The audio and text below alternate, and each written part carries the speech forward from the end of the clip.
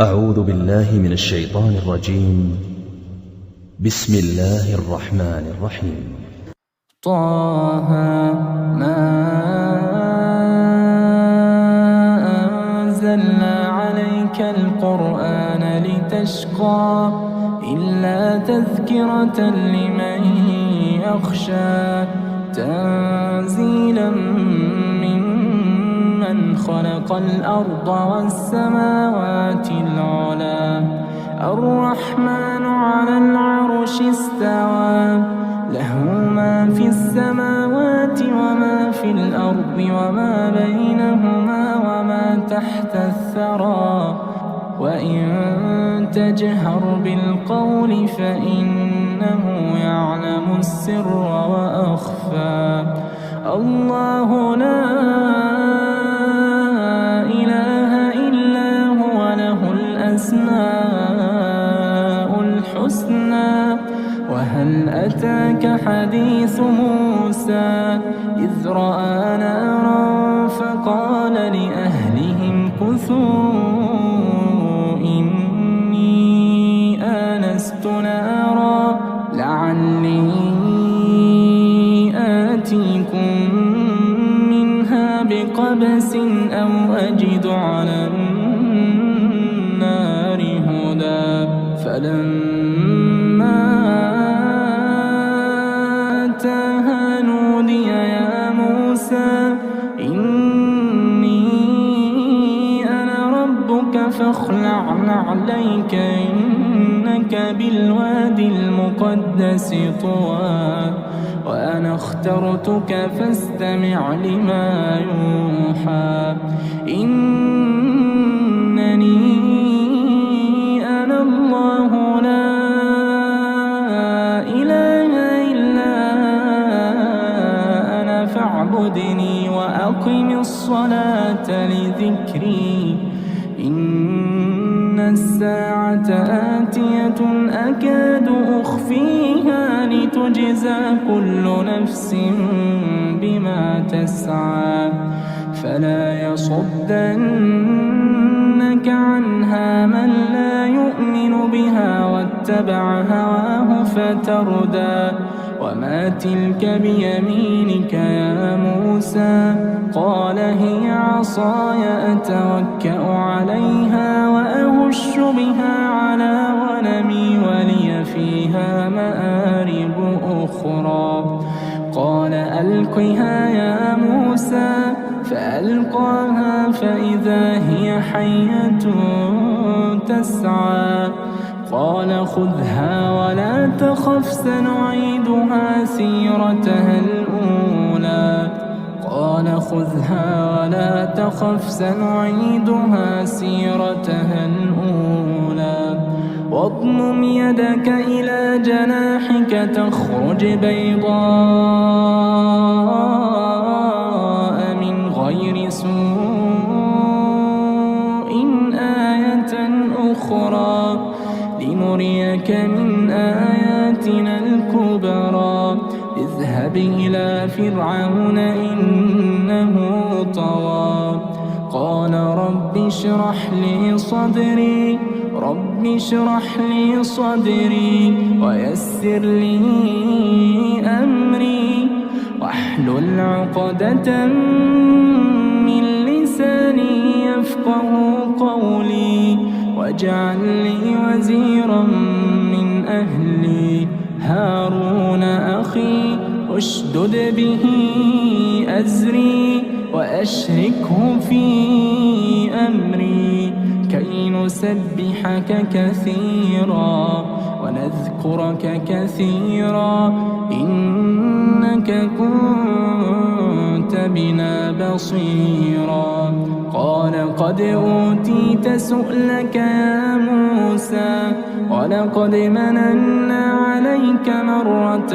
أخرى إذ أوحينا إلى أمك ما يوحى أن اقذفيه في التابوت فاقذفيه في اليم فليلقه اليم بالساحل يأخذه عدو لي وعدو له وألقيت عليك محبة مني ولتصنع على عيني إذ تمشي أختك فتقول هل أدلكم على من يكفله فرجعناك إلى أمك كي تقر عينها ولا تحزن وقتلت نفسا فنجيناك من الغم وفتناك فتونا فلبثت سنين في أهل مدين ثم جئت على قدري يا موسى واصطنعتك لنفسي اذهب أنت وأخوك بآياتي ولا تنيا في ذكري اذهبا إلى فرعون إنه طغى فقولا له قولا لينا لعله يتذكر أو يخشى قالا ربنا إننا نخاف أن يفرط علينا أو أن يطغى قال لا تخافا إنني معكما أسمع وأرى فأتياه فقولا إنا رسولا ربك فأرسل معنا بني إسرائيل ولا تعذبهم قد جئناك بآية من ربك والسلام على من اتبع الهدى إنا قد أوحي إلينا أن العذاب على من كذب وتولى قال فمن ربكما يا موسى قال ربنا الذي أعطى كل شيء خلقه ثم هدى قال فما بال القرون الأولى قال علمها عند ربي في كتاب لا يضل ربي ولا ينسى الذي جعل لكم الأرض مهدا وسلك لكم فيها سبلا وأنزل من السماء ماء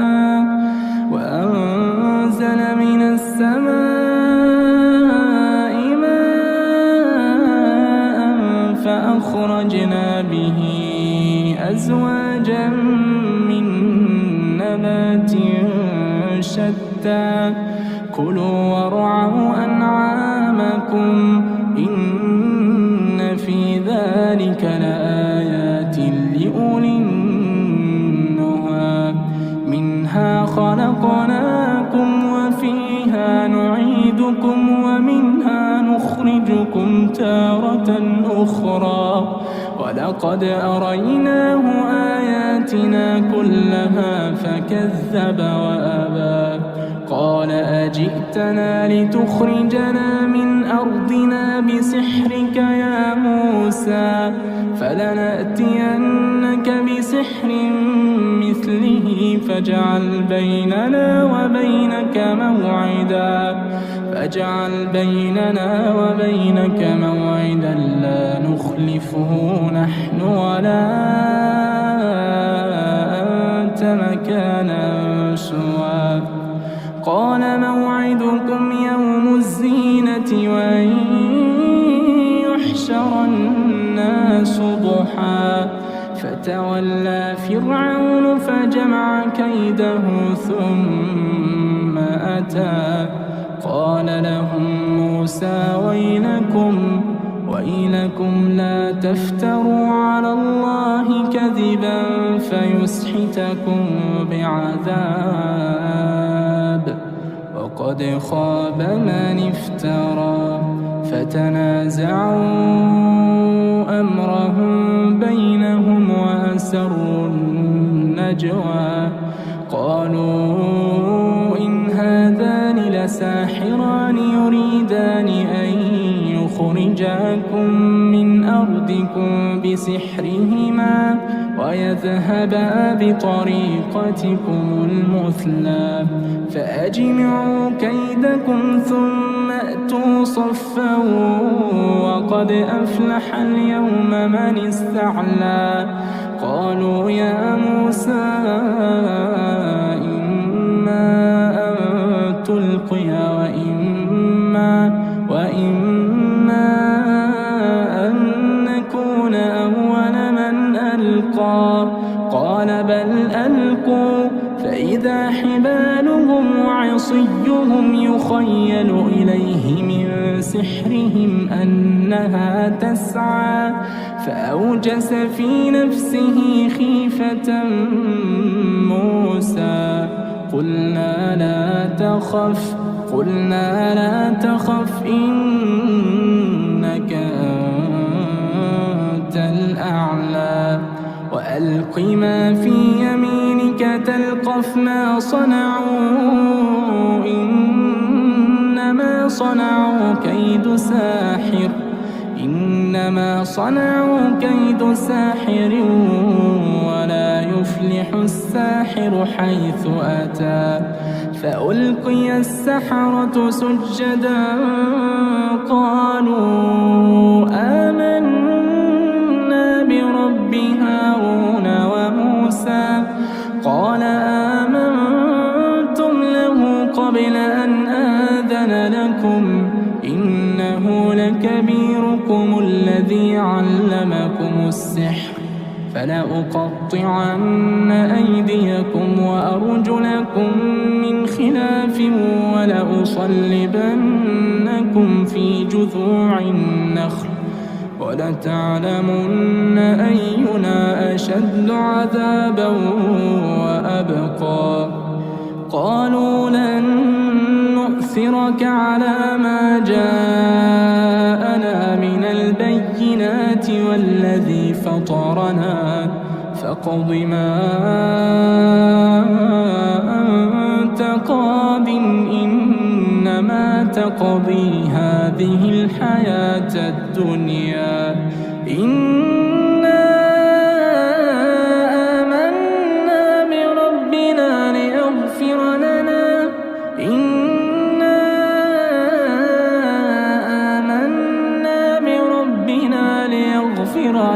خطايانا وما أكرمتنا عليه من السحر والله خير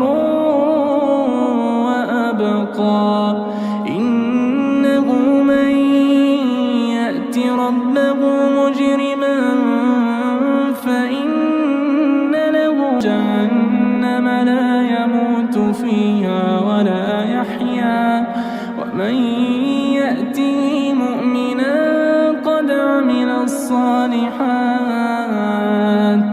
ومن يأته مؤمنا قد عمل الصالحات فأولئك لهم الدرجات العلى جنات عدن تجري من تحتها الأنهار خالدين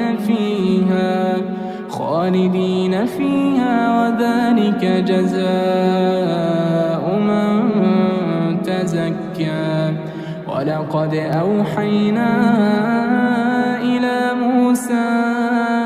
أن أسر بعبادي فاضرب لهم طريقا في البحر يبسا لا تخاف دركا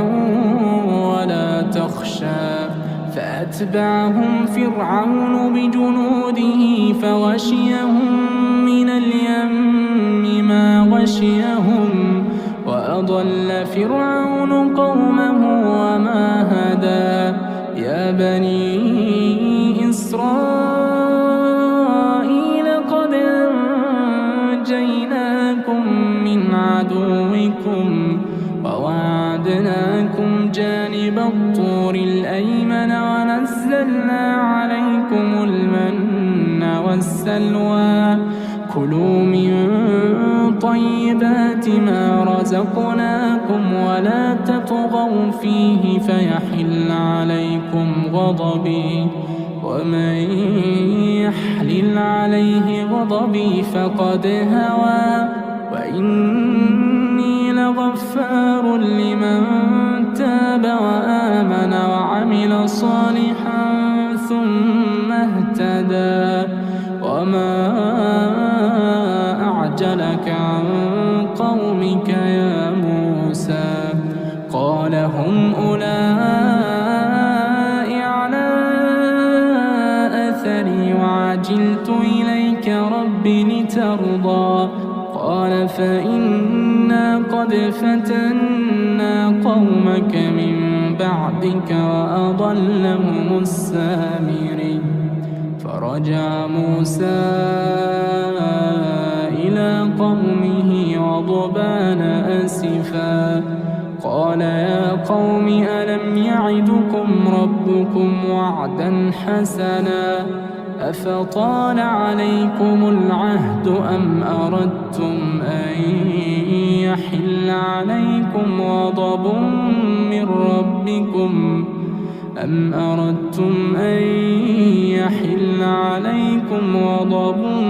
من ربكم فأخلفتم موعدي قالوا ما أخلفنا موعدك بملكنا ولكننا حملنا أوزارا من زينة القوم فقذفناها فكذلك ألقى السامري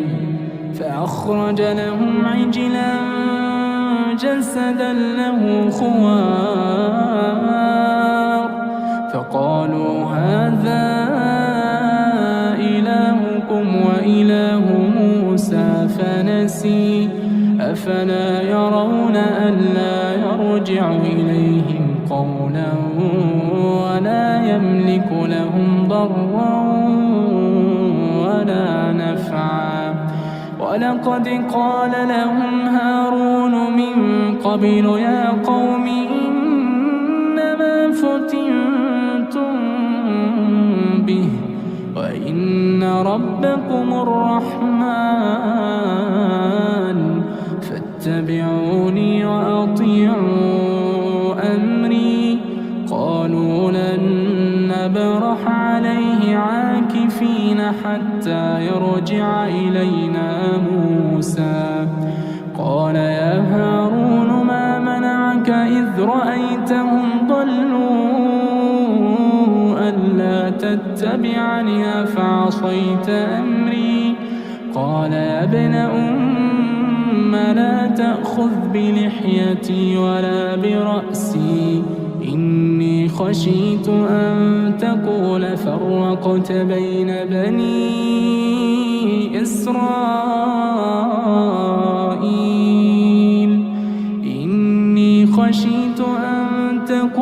فرقت بين بني إسرائيل ولم ترقب قولي قال فما خطبك يا سامري قال بصرت بما لم يبصروا به فقبضت قبضة من أثر الرسول فنبذتها وكذلك سولت لي نفسي قال فاذهب فإن لك في الحياة أن تقول لا مساس وإن لك موعدا لن تخلفه وانظر إلى إلهك الذي ظلت عليه عاكفا لنحرقنه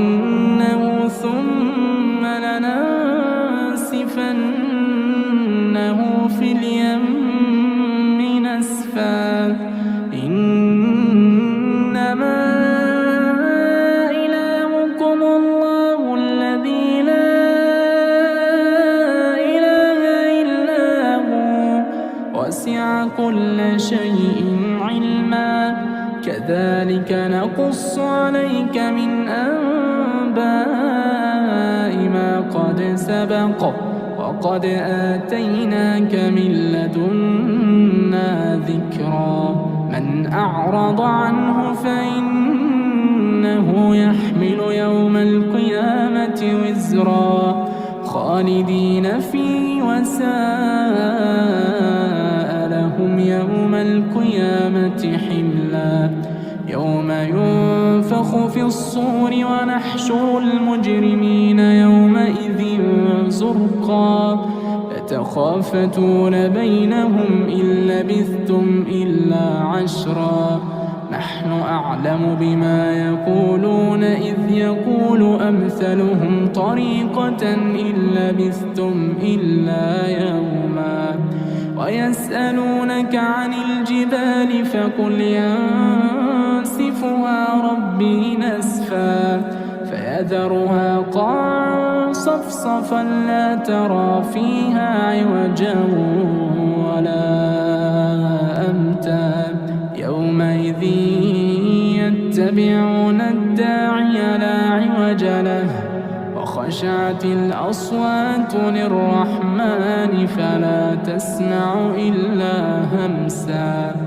يومئذ لا تنفع الشفاعة إلا من أذن له الرحمن ورضي له قولا يعلم ما بين أيديهم وما خلفهم ولا يحيطون به علما وعنت الوجوه للحي القيوم وقد خاب من حمل ظلما ومن يعمل من الصالحات وهو مؤمن فلا يخاف ظلما ولا هضما وكذلك أنزلناه قرآنا عربيا وصرفنا فيه من الوعيد لعلهم يتقون أو يحدث لهم ذكرا فتعالى الله الملك الحق ولا تعجل بالقرآن من قبل أن يقضى إليك وحيه وقل رب زدني علما ولقد عهدنا إلى آدم من قبل فنسي ولم نجد له عزما وإذ قلنا للملائكة اسجدوا لآدم فسجدوا إلا إبليس أبى فقلنا يا آدم إن هذا عدو لك ولزوجك فلا يخرجنكما من الجنة فتشقى إن لك ألا تجوع فيها ولا تعرى وأنك لا تظمأ فيها ولا تضحى فوسوس إليه الشيطان قال يا آدم هل أدلك على شجرة الخلد وملك لا يبلى فأكلا منها فبدت لهما سوآتهما وطفقا يخصفان عليهما من ورق الجنة وعصى آدم ربه فغوى ثم اجتباه ربه فتاب عليه وهدى قال اهبطا منها جميعا بعضكم لبعض عدو فإما يأتينكم مني هدى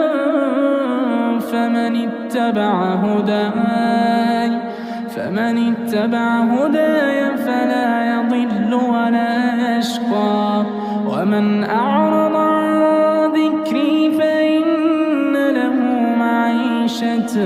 ضنكا ونحشره يوم القيامة أعمى قال رب لم حشرتني أعمى وقد كنت بصيرا قال كذلك أتتك آياتنا فنسيتها وكذلك اليوم تنسى وكذلك نجزي من أسرف ولم يؤمن بآيات ربه ولعذاب الآخرة أشد وأبقى أفلم يهد لهم كم أهلكنا قبلهم من القرون يمشون في مساكنهم إن في ذلك لآيات لأولي النهى ولولا كلمة سبقت من ربك لكان لزاما وأجل مسمى فاصبر على ما يقولون وسبح بحمد ربك قبل طلوع الشمس وقبل غروبها ومن آناء